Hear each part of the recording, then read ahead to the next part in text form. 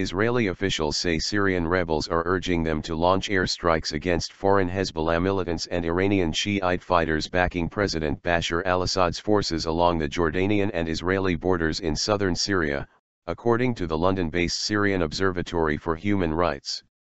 Assad's commanders turned to the Lebanon-based radicals and Iranian fighters in a bid to thwart Syrian rebels from ramping up attacks near Damascus, said a representative from the UK-based pro-opposition monitoring group, which gets information from a network of informants on the ground inside Syria. The group also says Syrian government forces have recently made significant progress both in the border regions near Jordan and in parts of the Golan Heights not already under Israeli control. Activists say aerial support was an important factor in the Syrian forces' advance. The Syrian Observatory says Assad's warplanes have carried out more than 650 airstrikes across the country this month alone, with most of those raids targeting southern Syria and suburbs of Damascus. Regime troops and their Hezbollah-led allies are advancing in the area linking Daraa, Quneitra, and Damascus provinces, the Syrian Observatory said. In a recent interview with Reuters, a senior rebel commander in the south, Abu Osama al-Jolani, predicted the battle could be lengthy. The rebels' tactics, he said, will be hit and run. This is the system we are going to use in battle. Israeli raids.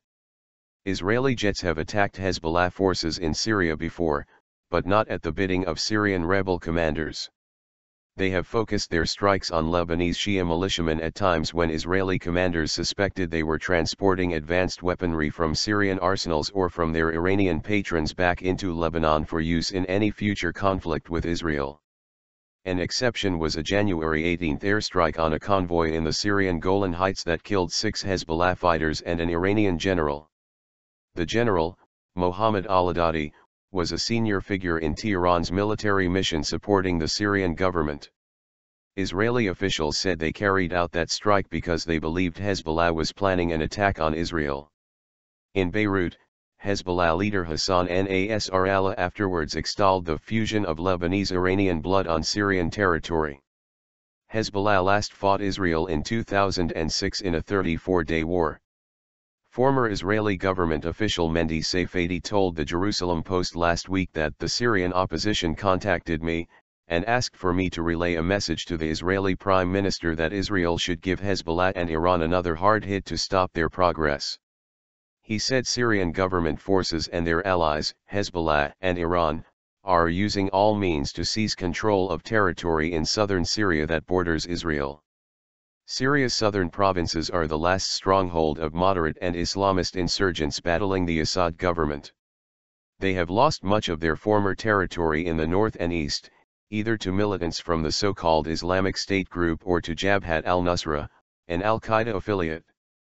In western Syria, Hezbollah forces advanced rebel forces last year, and have since consolidated their gains.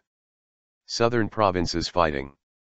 The southern struggle has received the least international media coverage in the 4-year-long civil war, in part because Western reporters have difficulty accessing the area. The rebels in the south comprise a diverse array of fighters, according to analyst Ayman Jawed al-Tamimi of the Middle East Forum, a U.S.-based think tank. A relative lack of infighting and increased cooperation between them has made it difficult for the Assad government to make decisive gains against them, he said. Notably, the Islamic State has little presence in the south, just as Jabhat al-Nusra has made little headway outside the Damascus suburbs. Moderate and Islamist brigades have been supplied with arms shipments by Western and Gulf powers via Jordan, say rebel commanders. Those supplies have continued apace while some rebel brigades in the north have this year seen their shipments and aid reduced by the U.S., according to rebel commanders. U.S. officials, speaking on the condition of anonymity, acknowledge that they have cut all support to 4 of 16 brigades they had been aiding in the north. Of the remaining 12, some brigades have also seen reductions in American financial support. They say the funding cuts are a reflection of brigades collapsing in the face of jihadist attacks, or because of a failure to perform. A moderate rebel commander in the north told VOA that the southern rebel brigades, some of which have received anti-tank missiles, are kept on a tighter leash by US and Gulf backers than the northern brigades and are more directed in their fighting and operations.